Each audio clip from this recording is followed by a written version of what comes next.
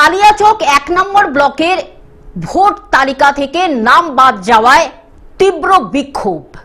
মালদার সুজাপুর বিধানসভার অন্তর্গত কালিয়াচক ১ নম্বর ব্লকের যদুপুর এলাকায় ভোটার তালিকা থেকে নাম বাদ পড়াকে কেন্দ্র করে তীব্র বিক্ষোভ ছড়িয়ে পড়ে। এলাকাবাসীরা জাতীয় সড়ক ১২ অবরোধ করে প্রতিবাদে সামিল হন। বিক্ষোভকারীদের অভিযোগ, সমস্ত প্রয়োজনীয় ভারতীয় নথিপত্র থাকা সত্ত্বেও তাদের নাম ভোটার তালিকা থেকে বাদ দেওয়া হয়েছে।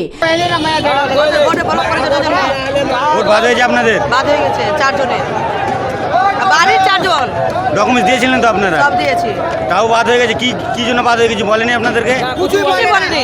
নির্বাচন কমিশনের নির্দেশ অনুযায়ী হিয়ারিং প্রক্রিয়া সম্পন্ন করে প্রয়োজনীয় নথিও জমা দিয়েছেন তারা। তা সত্ত্বেও কেন নাম বাদ গেল সে বিষয়ে স্পষ্ট কোনো ব্যাখ্যা মেলেনি বলে দাবি করেন স্থানীয়রা।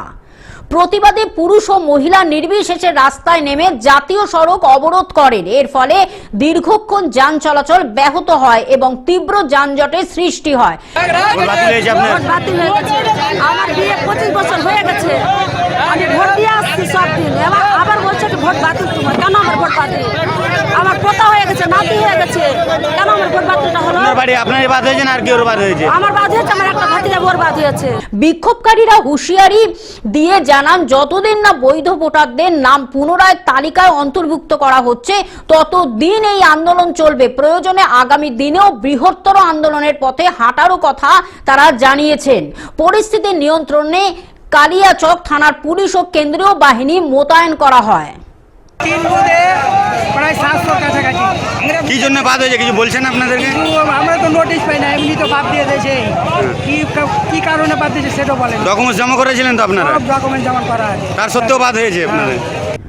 মালদা থেকে অভিষেক দাসের রিপোর্ট, গ্লোব নিউজ। এখন থেকে গ্লোব টিভি দেখুন আপনার স্মার্টফোনেও। গুগল প্লে স্টোর অথবা অ্যাপল স্টোর থেকে ডাউনলোড করুন গ্লোব টিভি লাইভ অ্যাপ। এছাড়া জিও টিভি অ্যাপ থেকে দেখুন গ্লোব টিভি লাইভ।